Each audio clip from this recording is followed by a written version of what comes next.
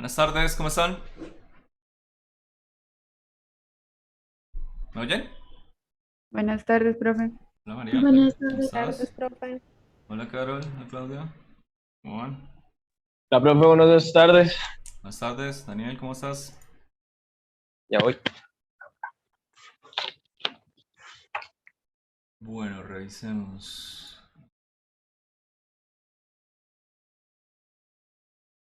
¿Dónde están? Aquí.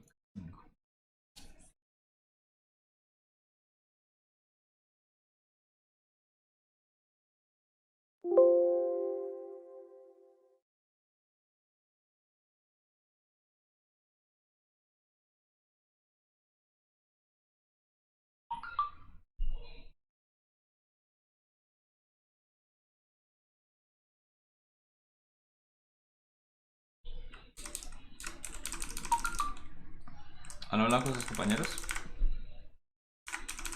¿Están peleando por lo que tienen exactamente acá en el curso? ¿Todavía? ¿No? No sé. Y ahorita casi ni llegó a clase. Estaba pasando Este... el paro Ah, hay marchas. Sí, sí, sí. No, estaba pensando desde que se están peleando no y volver a casi no llegó. clase porque los docentes no están haciendo repaso. Y yo como... Ah, ok. En fin. O sea, ¿qué estamos haciendo entonces? Carol, Johan, Johanna, ¿tus camaritas qué? ¿A cuándo? No me hagan los locos. No me hagan pasarlo a la sala de espera. Hoy empieza Carol Natalia, ¿ya está? Y Daniel Herrera, ¿ya están? Sí, señor. Sí, sí, sí, sí, señor. Perfecto. Compañera Listo, se muy bien. encuentra. Arranquen. Que mi compañera es la que va a compartirla. Ok. Ah, Carol. Ok. Bueno, buenas tardes, querido profesor y compañeros. Mi nombre es Sara Natalia Dávila. Junto con mi compañero Daniel Felipe vamos a exponerle el tema cinemática, posición, desplazamiento y trayectoria. Bueno, la cinemática es la rama de la mecánica que describe el movimiento de los cuerpos mientras ignoran las interacciones con otros cuerpos que podrían causar o modificar dicho movimiento. A continuación de lo que estaba hablando mi compañera, yo les voy a explicar posición, posición inicial y posición final. Empezaré por posición. ¿La posición qué es? La posición es el punto donde se encuentra nuestro objeto. Para nosotros identificar bien la posición, nosotros podemos tener un objeto girando en el espacio, pero si nosotros no dejamos, no creamos un plano cartesiano o un punto de origen donde nosotros nos ubiquemos, no podemos conocer bien ni sacar bien su punto inicial, su desplazamiento, entre otras cosas, debido a que no tendríamos medidas matemáticas exactas para poder realizar las conversiones y los trabajos, y perdón, las conversiones y las operaciones. La posición inicial, como podemos ver en el plano cartesiano de la izquierda, la representamos como R sub 0, es el punto de origen que le di a este objeto eh, en 0, 0. Entonces, la fórmula, por así decirlo, de la posición inicial es R sub 0 es igual a R sub 0 de X más R sub 0 en Y. El I y el J nos lo representa el eje X y el eje Y, respectivamente. Lo mismo hacemos con la posición final. La posición final es el punto donde culmina el movimiento del objeto o el movimiento del objeto. Aquí yo lo representé como R sub 1 y trabajaría de igual manera. R sub 1 es igual a R sub 1 más R sub 1X más R sub 1J.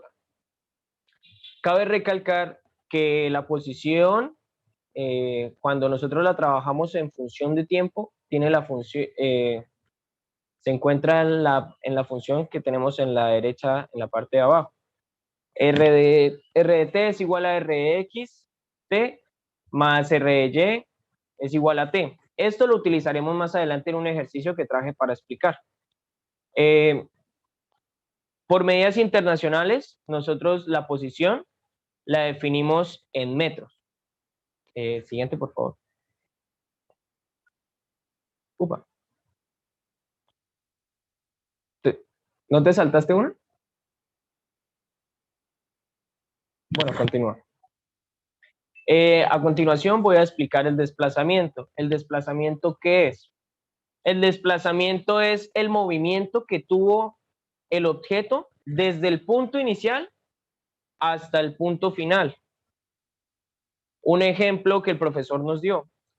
Por ejemplo, yo nazco en Bucaramanga.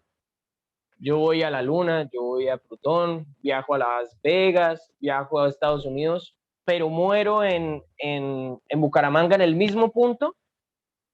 Mi distancia fue X, fue muy grande. Pero mi desplazamiento final sería igual a 0. ¿Por qué? Lo voy a representar en esta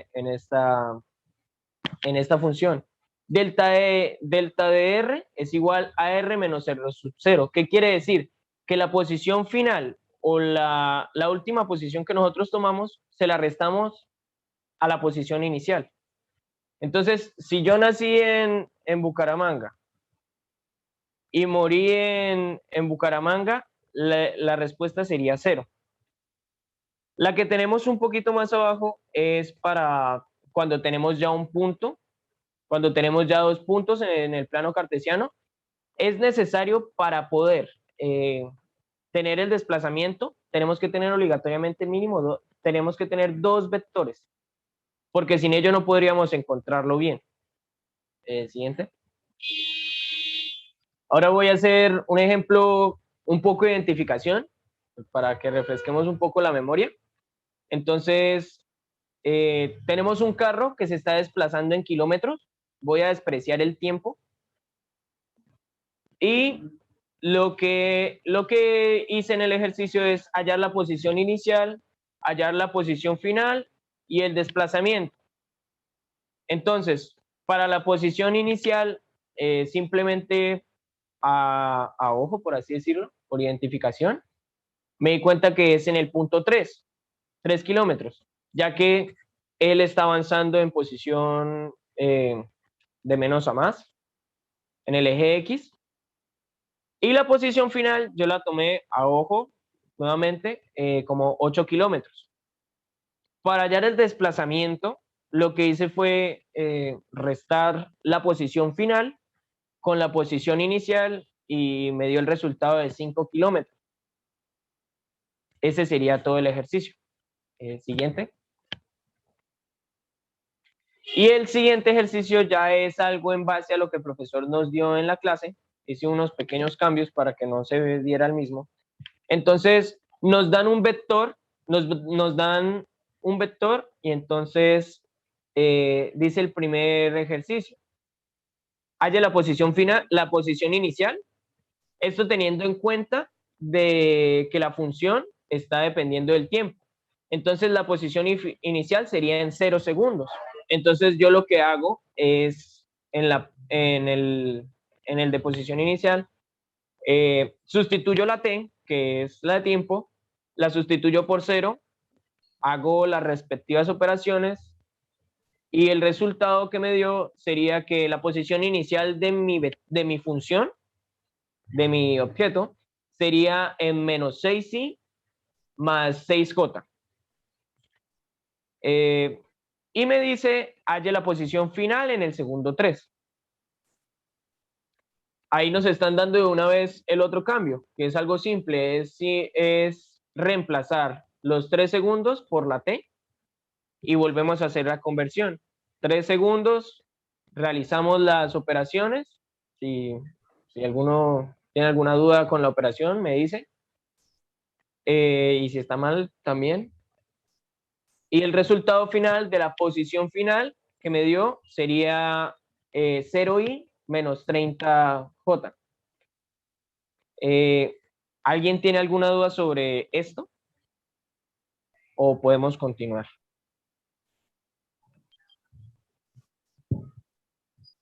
¿No?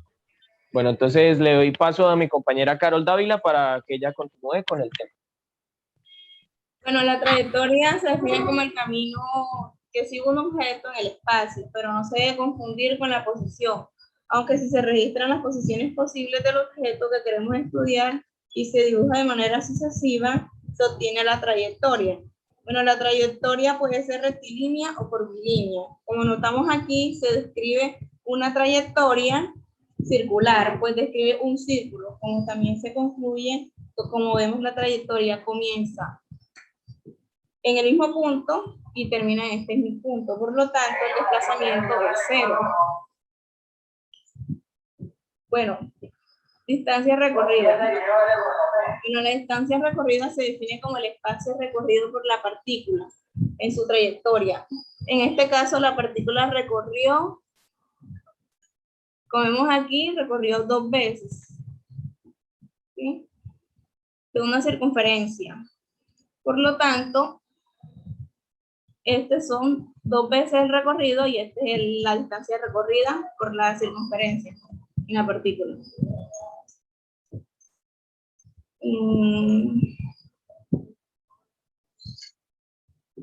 Bueno, aquí hay un ejemplo donde vemos una posición inicial y una posición final, donde vemos una carretera, que la carretera viene siendo la trayectoria, donde vemos la línea curvilínea que viene siendo la distancia recorrida y la recta donde viene siendo el desplazamiento.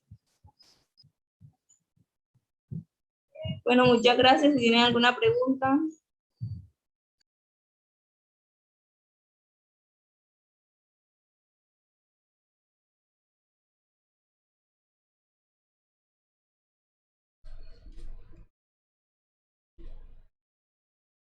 ¿Ninguno tiene preguntas? Vale. Daniel, una cosa. Cuando tú decías de que necesita otro punto, sí. De hecho, la cinemática comienza cuando es 2 partículas, porque siempre la cinemática pues necesitamos una clase de punto de referencia. Incluso tú puedes llegar a tener velocidad o movimiento o aceleración, pero ¿cómo lo mides? O sea, ¿realmente existe? Si todo el universo se acelera, por ejemplo, al mismo ritmo, ¿cómo saberlo? Necesitamos un punto con respecto a. Nosotros sabemos que el universo se expande, por ejemplo, respecto a. ¿A qué?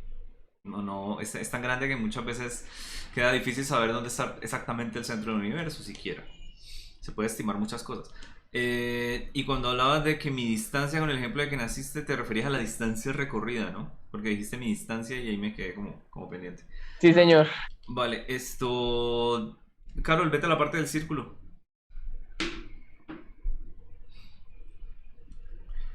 La trayectoria no, la siguiente.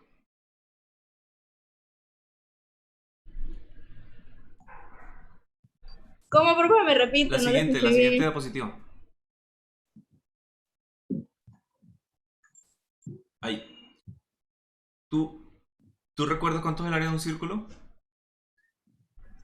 ¿Cuánto qué? ¿Cuánto es el área de un círculo?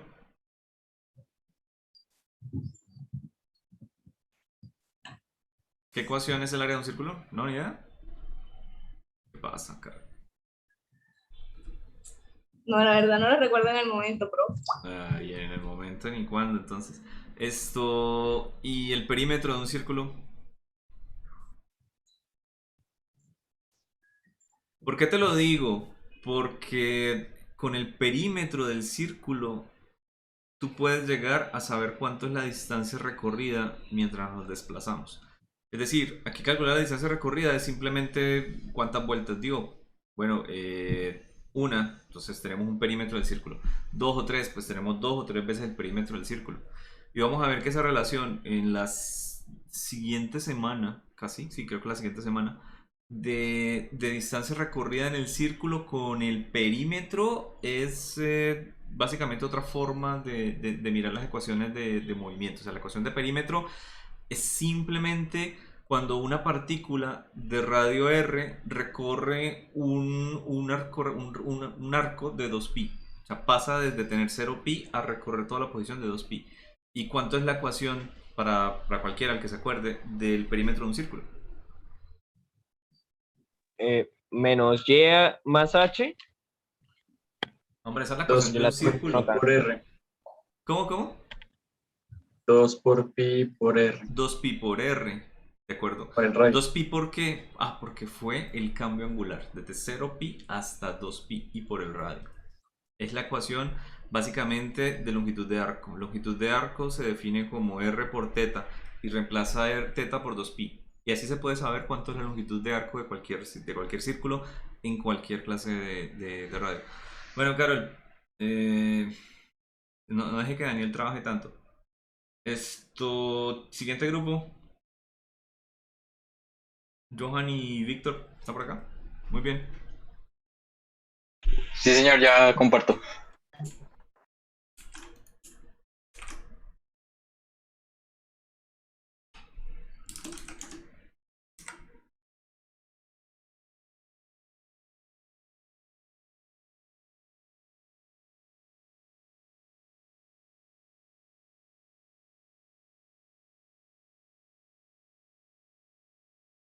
¿Ya me escuchan? ¿Bien? Sí. Hola. Vale. Bueno, y Bueno, muchachos. antes de eso, Juan Sebastián, Ricardo, Lauren, ¿qué? Camarita. ¿Sí están en clase al menos?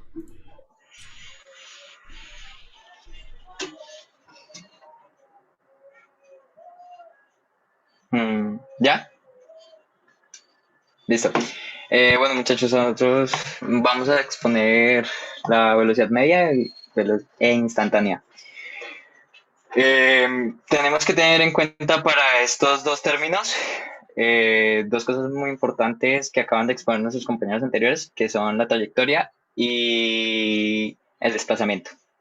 Para la velocidad media, digo que tenemos que tenerlo en cuenta porque, dado que la velocidad media es el cociente entre el vector de cuenta, perdón, sí. Tendremos que tener en cuenta el desplazamiento de una partícula para poder hallar su velocidad media. De esto depende la ecuación. Sí, voy a dar a continuación un ejemplo. Y es que aquí tenemos dos puntos en una trayectoria que trazó una partícula. ¿Sí? Al ver que estos dos puntos son distintos, pues sabemos que su desplazamiento es distinto de cero.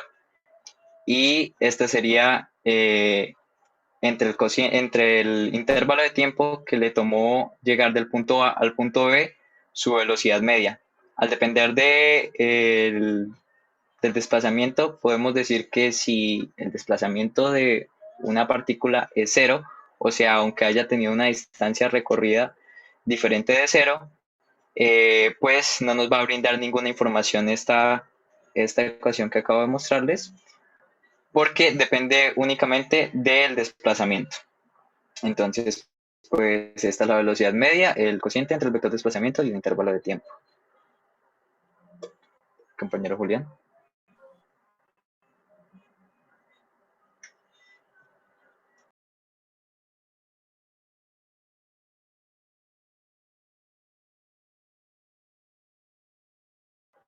Julián.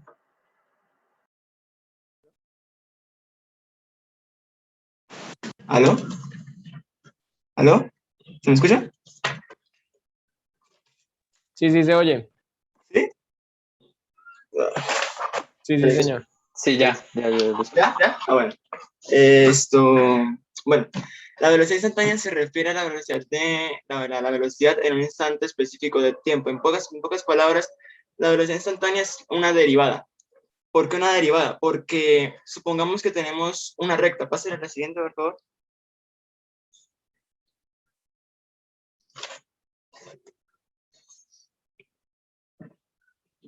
Ahí está. Perdón. En pocas palabras, la velocidad instantánea es una derivada. ¿Por qué es una derivada? Porque requerimos en un punto exacto, no en cualquiera, sino en un punto que nosotros queramos. Y para poder conocer ese punto exacto requerimos la pendiente. ¿Y qué más requerimos? También requerimos una función en el desplazamiento, digo, en la posición. ¿Para qué? Para poder derivarla y de ahí para poder derivarla la función del desplazamiento, la derivamos y ahí tendríamos la ecuación para sacar la velocidad instantánea en cualquier punto, en cualquier instante de tiempo en nuestra gráfica.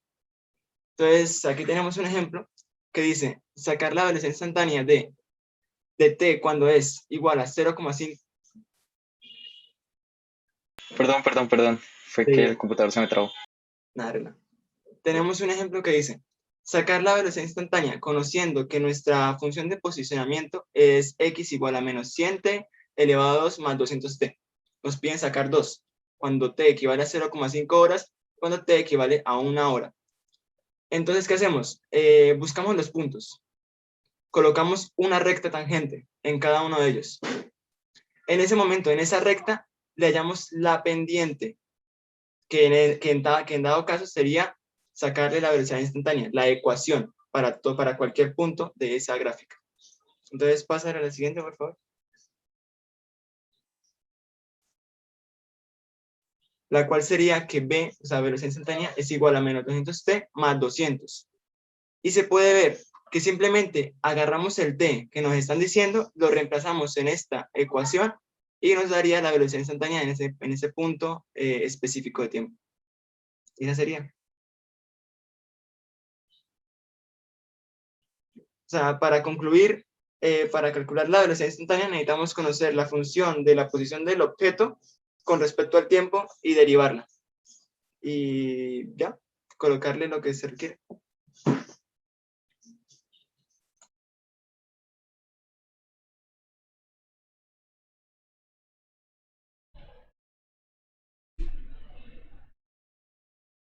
¿Preguntas?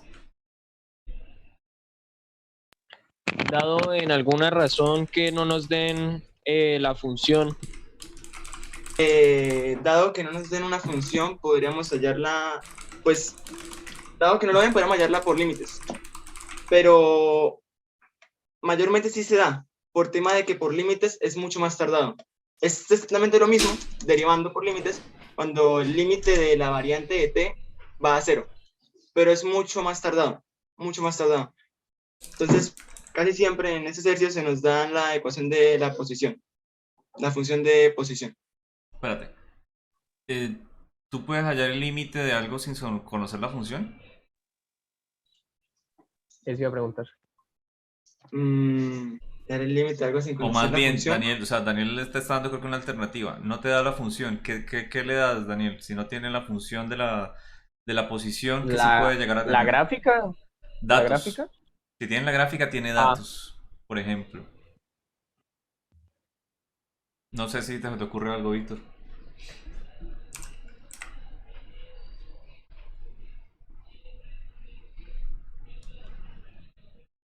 ¿No? ¿Frío?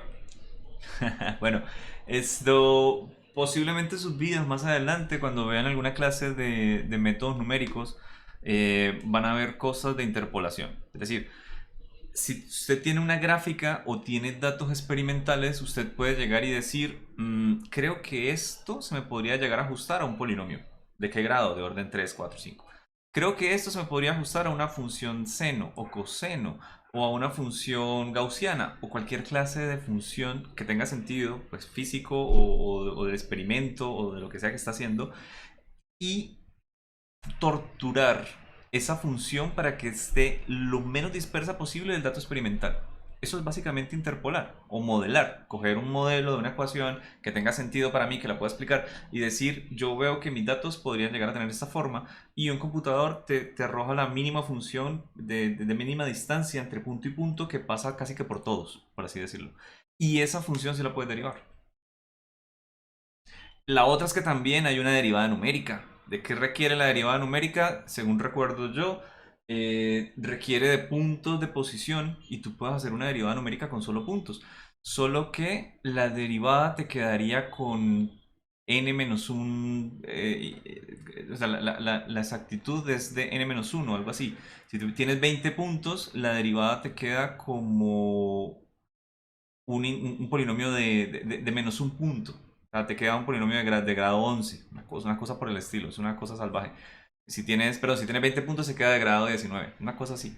Pero se puede, o sea, hay muchas alternativas de si tienen datos numéricos, sacar la derivada.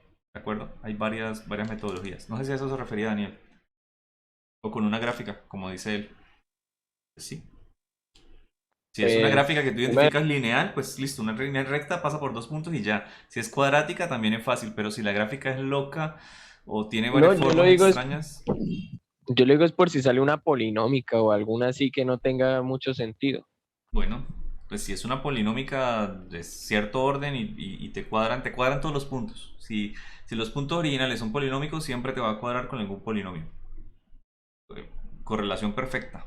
El problema es cuando parece ser polinómico los datos, pero son de algún experimento y no correlacionan todos perfectamente. Vale, muy bien, Víctor y Johan. Y nos falta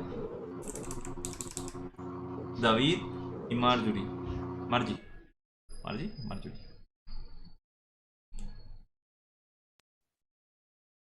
Margie, profe. Ok, Margie. Bueno, buenos días. Mi nombre es Margie Calderón Hernández y junto a mi compañero David Calderón Portilla les vamos a hablar sobre el tema de la aceleración promedio, media e instantánea. Bueno, como sabemos, la aceleración es causada por el cambio en la velocidad con respecto al tiempo. Cuando hablamos de la aceleración promedio, podemos ver que no podemos saber la aceleración exacta en cada instante de tiempo, ya que como lo dice su nombre, es un promedio. Por el contrario, cuando hablamos de la velocidad instantánea, sí lo podemos ver. Yo les voy a hablar de la aceleración media. Bueno,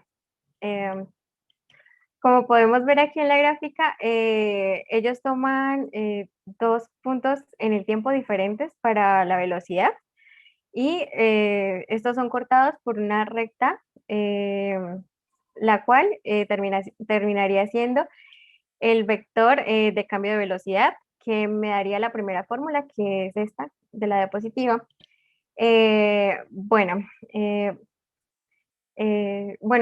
La definición de la aceleración promedio se da por medio de el cociente entre el vector del cambio de velocidad con respecto al intervalo de tiempo en el que sucedió el cambio. La aceleración está dada en longitud y tiempo. Y según el sistema internacional, pues básicamente la aceleración se define como metros sobre segundo al cuadrado. Ok, ya. Sí, mi compañero. Buenas tardes. La aceleración instantánea es la aceleración en un punto específico del movimiento de la partícula. Su definición como tal es el límite cuando el intervalo de tiempo tiende a cero de la aceleración media. Esa aceleración cumple con la definición de derivada. Por lo tanto, la aceleración se define como la derivada de la velocidad instantánea. Van como de la mano con el tema que expuso mi compañero ahorita. De la velocidad instantánea con respecto al tiempo. Esta aceleración instantánea está en la dirección de la recta tangente que corta el punto de interés, como se ve en la siguiente diapositiva en la gráfica. La corta de forma tangente y la unidad de medida que se usa para la aceleración instantánea son los metros sobre segundo. También se pueden escribir en términos cartesianos, cada componente con su vector unitario y el vector de aceleración tiene su dirección vectorial específica, cada uno. Muchas gracias.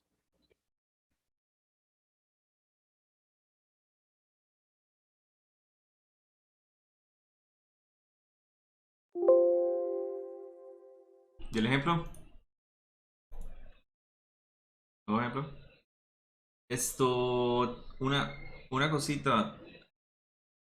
Buenas noches, ¿no, Margie? Buenas tardes al menos. ¿En qué país anda? Hubo algo que me pareció un poquito extraño en este grupo y se me olvidó mencionar el otro.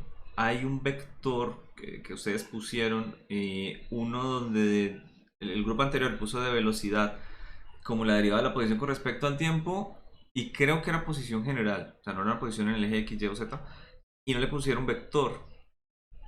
No tiene sentido derivar un escalar R con respecto al tiempo. Y acá también en la parte que expuso David tenía ese problema. No recuerdo si en la parte de Margie también, pero me parece que era como algo general. O sea, ellos colocan ahí aceleración. Sí, el vector de aceleración es igual a la derivada de la velocidad como vector con respecto al tiempo. Y que depende del tiempo, eso sí lo pusieron, la dependencia temporal, pero no que es un vector. Porque si no lo colocan, pues entonces no hay una operación de componentes. O sea, si colocan simplemente B como B, es una magnitud. Entonces no tengo magnitud para X, Y o Z, no tengo forma de llegar a derivarlo. ¿Listo? Pero eso estuvo muy bien. Bueno, preguntas de ustedes.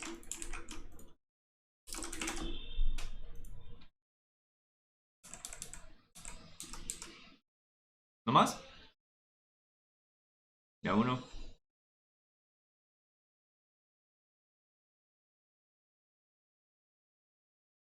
¿Nadie? Bueno, pues. A ver. Bueno, está rindiendo. Carol y Jair, ¿la tienen lista? Aunque a ustedes no les toca hoy. Pregunta seria. No, no, señor, no la alcanzamos a terminar hoy. No era para hoy. Bueno, muy bien.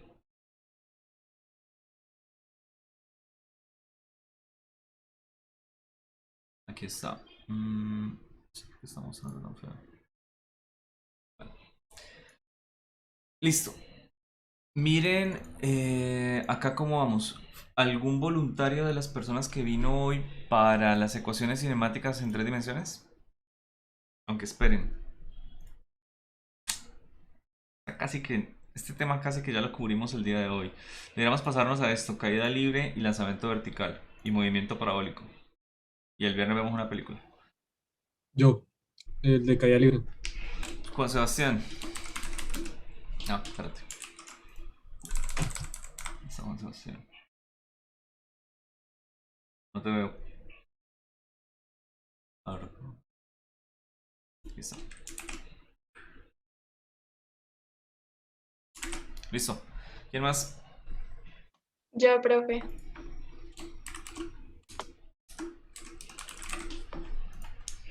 Michelle. Sí, señor. Ok. ¿Dónde estás? Aquí está. Súper bien. Movimiento parabólico.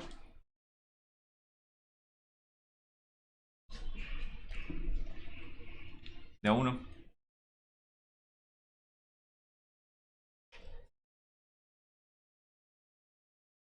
Movimiento parabólico. Buenas.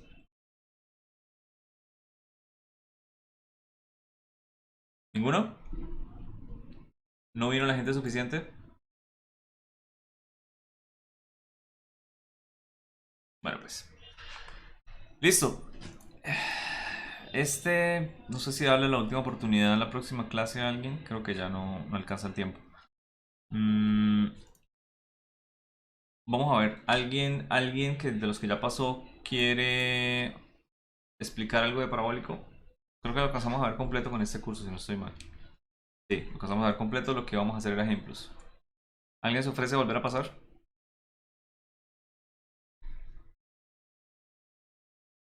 ¿Nada? Bueno, listo. Entonces continuamos la próxima clase con estos dos y revisamos un poquito de las cosas básicas de movimiento parabólico entre todos. ¿Les parece? Sí, profe. Bueno, que estén muy Sí, bien. señor. Inviten a los compañeros a venir. Profe. No sé qué andan haciendo, señor. Pero no faltan muchos, ¿cuántos? Hay 19, se supone que son 32. Pues ya llegaron muchos más. Somos Siempre 32. laboratorios, sí, laboratorios son 16 y 16. Nunca han venido todos, pero normalmente venían 28 o 29 personas. Los que no vienen, pues después después se sorprende. O sea, no le paramos bolas a eso. El internet todo queda guardado hasta cuando se entras uno, no. El cuento es que pues, deberían asistir a clase, ¿no? Bueno, en fin. Listo, que tengan buena tarde, que descansen. Chao. Hasta luego, profesor. Estamos de día, Gracias. Chao, profe. Gracias, profe. Estamos de día, pero no buenos días. Chao, pues.